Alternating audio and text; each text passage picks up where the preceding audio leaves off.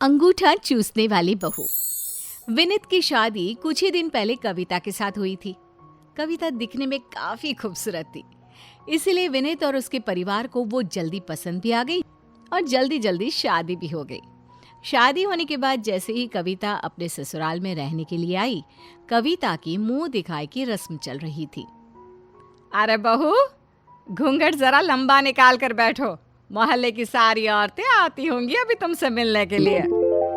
कविता ने चुपचाप बिना कुछ कहे लंबा सा घूंघट कर लिया और बैठ गई।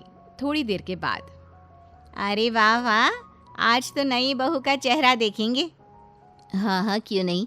विनीत की नई नई शादी हुई है, सुना है बहू काफी सुंदर है। बहू जरा अपना घूंघट तो उठाओ, देखो मेरी सहेलियां तुमसे मिलने आई है। कविता की सास की सहेलियों ने जैसे ही घूंघट ऊपर उठाकर उसका चेहरा देखा तो जोर जोर से हंसने लगी। अरे क्या हुआ, इस तरह हंस क्यों रही हो? अरे भला ऐसा भी क्या देख लिया, मजाक बना रही है मेरी बहू का? अरे नहीं नहीं, हम क्यों तुम्हारी बहू का मजाक बनाने लगे। अरे तो फिर इस तरह हंस क्यों रही हो? खुद ही अपनी बहू का घूंघट उठाकर देख लो, पता चल जाएगा।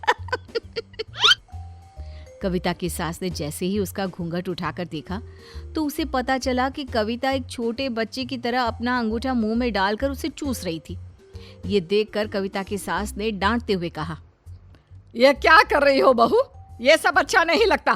तुम कोई छोटी बच्ची हो जो इस तरह अंगूठा चूस रही हो? सॉरी मम्मी जी, गलती हो गई, आगे से ध्यान रखूंगी।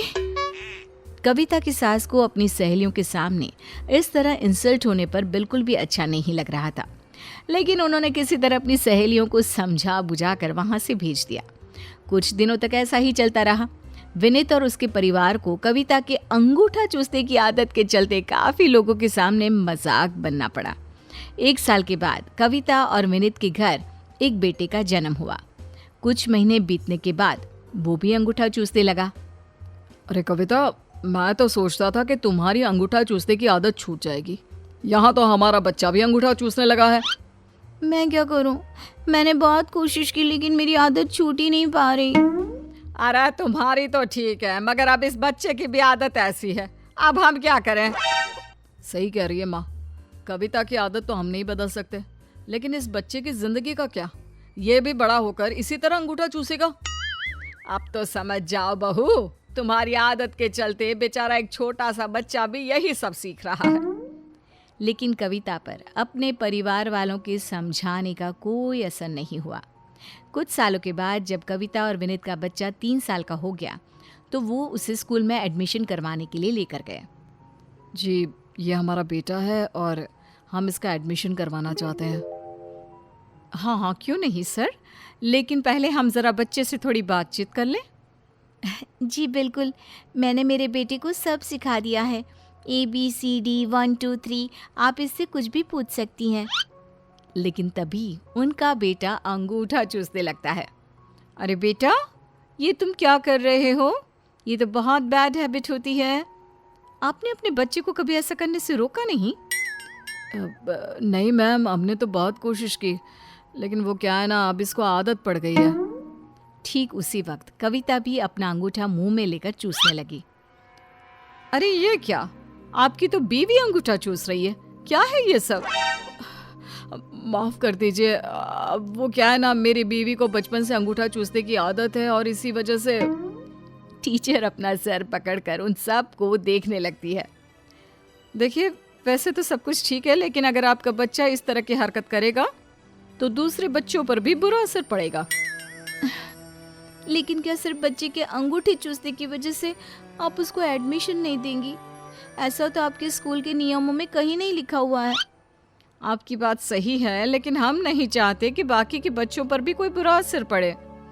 प्लीज़ मैम, आप एक बार मेरे बच्चे का एडमिशन कर लीजिए, उसके बाद मैं प्रॉमिस करता हूँ कि मैं जल्दी ही इसकी आदत छुड़वा दूंगा।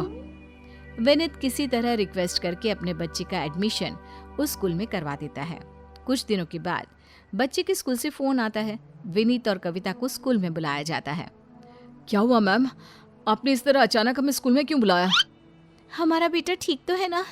क्या उसने कोई शैतानी कर दी? आप मेरे साथ जरा अपने बच्चे की क्लास में चलिए। जिस बात का मुझे डर था वही हुआ है। अरे पर आखिर ऐसा क्या हुआ है, आप साफ साफ बता दीजिए ना। टीचर विनीत और कविता को उसकी बेटी की क्लासरूम में लेकर जाती है। वहां का नजारा देखकर विनीत और कविता दोनों हैरान रह जाते हैं। उन्होंने देखा कि उनके बेटे के साथ साथ क्लास के बाकी के सारे बच्चे भी अपना अंगूठा चूस रहे थे। ये सब क्या हो रहा है? सारे बच्चे इस तरह अंगूठा क्यों चूस रहे हैं?